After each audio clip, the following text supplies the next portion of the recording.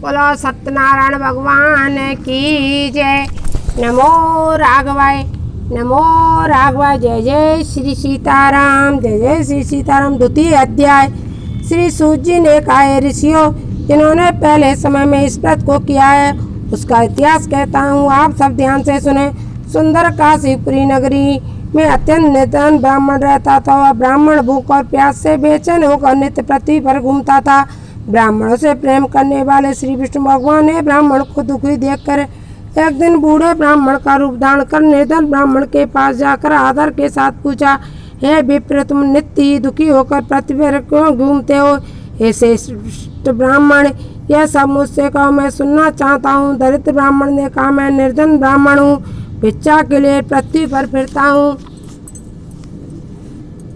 और भगवान यदि आप इससे छुटकारा पाने का कोई उपाय जानते हो तो कृपा करके मुझसे कहो।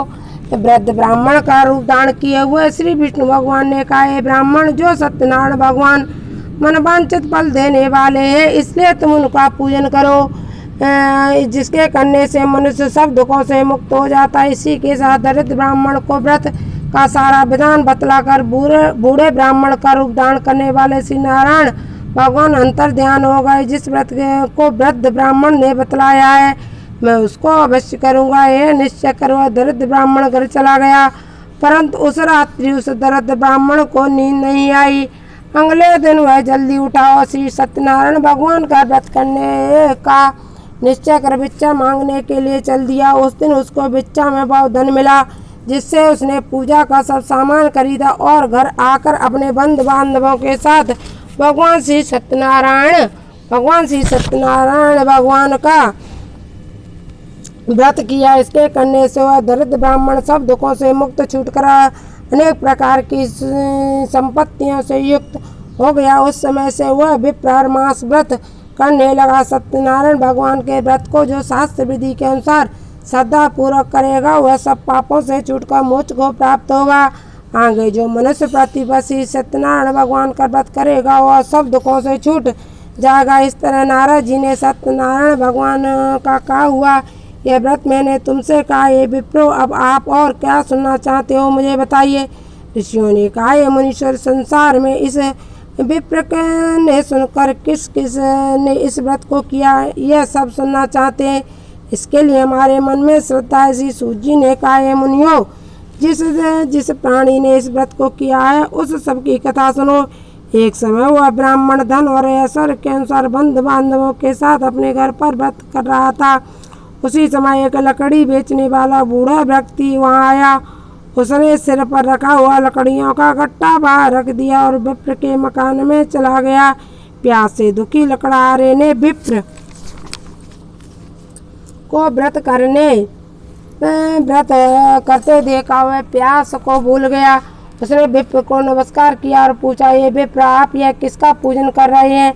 इस व्रत को करने से क्या फल मिलता है? कृपा करके मुझे बताइए। ब्राह्मण ने कहा, सभी मनोकामनाओं को पूरा करने वाला यह श्री सत्यनारायण भगवान का व्रत है।